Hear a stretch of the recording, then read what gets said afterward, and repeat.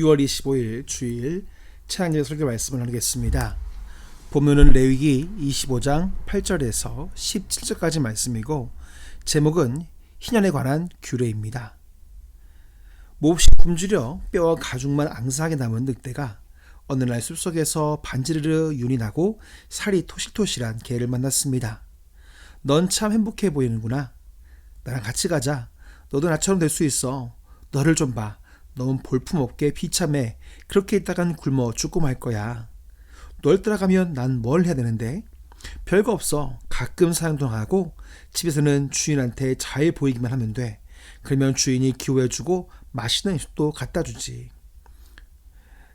기쁜 마음으로 개를 따라가다가 문득 개의 목걸이에 걸려있는 목걸이를 보면서 늑대는 이렇게 물었습니다. 그게 뭐야? 이거 아무것도 아니야. 그냥 내가 차고 다니는 목걸이일 뿐이야. 목걸이? 그럼 넌 마음대로 다니지 못한다는 말이니? 늘 그런 건 아니야. 그리고 그게 뭐가 중요해? 대신 맛있는 음식을 얼마든지 먹을 수가 있잖아.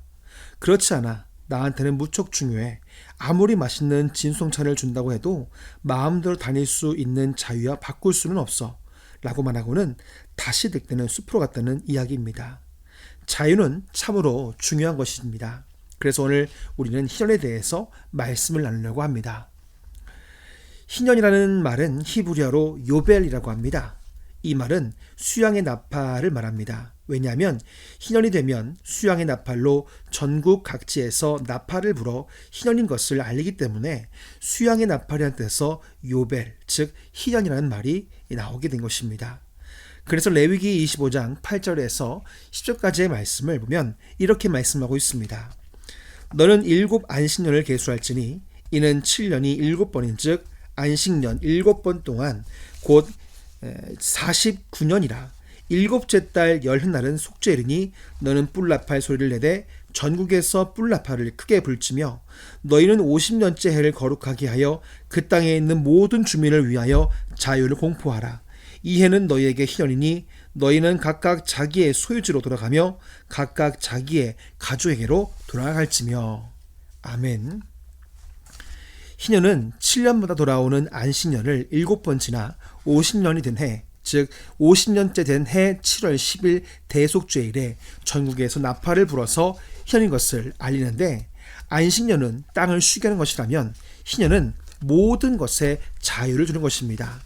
그래서 희년이 되면 지파별로 분배받은 땅이 있는데 여러 가지 이유로 그 땅을 팔았다가도 50년이 되는 해가 되면 그 땅을 산 사람은 본 주인에게 그 땅을 돌려주고 본 주인은 하나님이 여호수아를 통해 분배받은 본 땅으로 다시 돌아가게 될 수 있는 것입니다. 그뿐만 아니라 여러 가지 이유로 누군가의 종이 되었는데 희년이 되면 종의 주인은 그 종에게 자유를 주어서 원래 자신의 땅으로 돌아가게 해야 하는 것이 바로 희년입니다. 그래서 안식년이 땅의 안식년이라면 희년은 하늘의 안식년이라고 표현합니다.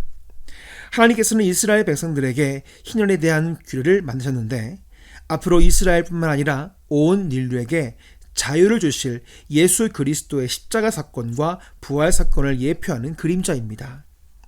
누가복음 4장 18절과 19절 말씀을 보면 예수님께서 자기 고향인 나사렛 회당에 가셔서 원래 하시던 대로 성경을 읽으시려고 앞에 섰는데 이사야의 글을 주어서 예수님은 이사야 61장의 글을 찾아 이렇게 읽어내가십니다. 주의 성령이 내게 임하셨으니 이는 가난한 자에게 복음을 전하게 하시려고 내게 기름을 부으시고 나를 보내사 포로된 자에게 자유를, 눈먼 자에게 다시 보게 함을 전파하며 눌린 자를 자유롭게 하고 주의 은혜의 해를 전파하게 하려 하심이라 하였더라.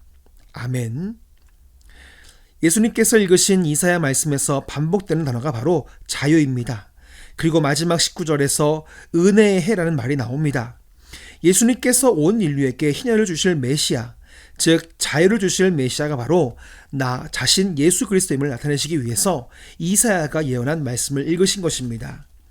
예수님의 십자가 사건과 부활 사건은 온 인류에게 죄의 종에서 마귀의 종에서 자유를 주신 사건입니다. 이처럼 하나님은 예수님의 십자가 사건과 부활을 예표하는 희년을 미리 만드심으로써 이스라엘 백성들에게 참 자유를 주시는 분임을 알리시던 것입니다. 하나님은 희년에 대한 규례 말씀을 전하시는데 이런 규례가 있습니다. 레위기 25장 14절에서 17절까지의 말씀입니다.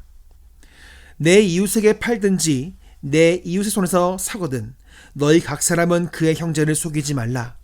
그 희년 후에 연수를 따라서 너는 이웃에게서 살 것이요 그도 소출을 얻을 연수를 따라서 내게 팔 것인즉 연수가 많으면 너는 그것의 값을 많이 매기고 연수가 적으면 너는 그것의 값을 적게 매길지니 곧 그가 소출의 다소를 따라서 내게 팔 것이라. 너희 각 사람은 자기 이웃을 속이지 말고 내 하나님을 경외하라. 나는 너희 하나님 여호와이니라. 아멘.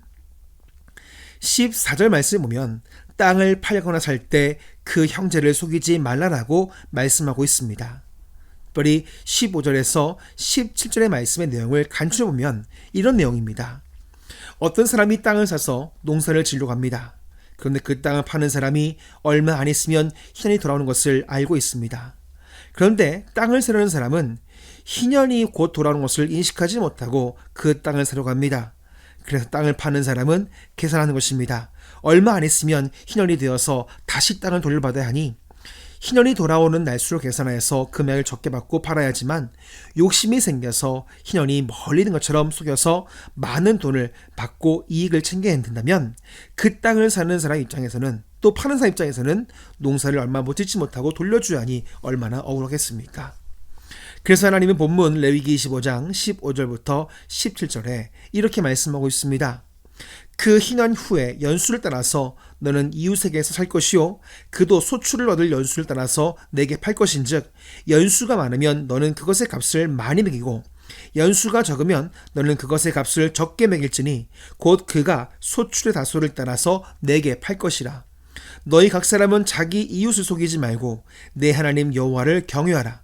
나는 너희 하나님 여호와이니라. 아멘. 이스라엘 백성들이 희년의 정신을 망각하게 되면 희년은 자신의 이익을 부당하게 취할 수 있는 죄가 되는 것입니다. 희년의 정신은 자유입니다. 그런데 그 자유를 부당한 이유를 남기는 자유로 만들어서는 안 된다는 것을 말씀하고 있는 것입니다. 그래서 바울은 갈라디아서 5장 13절 말씀에 갈라디아 교인들에게 이렇게 말하고 있습니다. 형제들아 너희가 자유를 위하여 부르심을 입었으나 그러나 그 자유로 육체의 기회를 삼지 말고 오직 사랑으로 서로 종노릇하라. 아멘. 하나님이 주신 자유를 육체의 기회를 삼지 말고 사랑으로 섬기는 종이라는 것과 같이 하나님께서 이스라엘 백성들에게 희년을 통해 잃어버렸고 억눌렸던 모든 것에서 자유를 주셨으니 그 자유를 누리되 그 자유를 이용해서 부당한 이유를 남기려는 육체의 기회를 갖지 말 것을 분명하게 말씀하고 있습니다. 성도 여러분, 하나님은 우리에게 예수 그리스도를 통해서 참 자유를 주셨습니다. 또한 죄의 종에서 마귀의 종에서 하나님의 자녀로 삼으시고 우리에게 자유를 주셨습니다. 우리에게 주신 놀라운 이 은혜를 기억하면서 우리가 살아갈 때에 우리에게 주신 자유를 오늘 말씀처럼 육체적이고 세속적이고 죄를 짓는 일에 자유를 낭비해서는 안 될 것입니다. 우리에게 주신 자유를 오늘 말씀처럼 하나님이 이스라엘 백성에게 주신 희년과 같이 하나님께 감사하고 그 은혜에 감사하며 살아가는 자유인으로서 살아가기를 주 예수 그리스도 이름으로 간절히 축복합니다.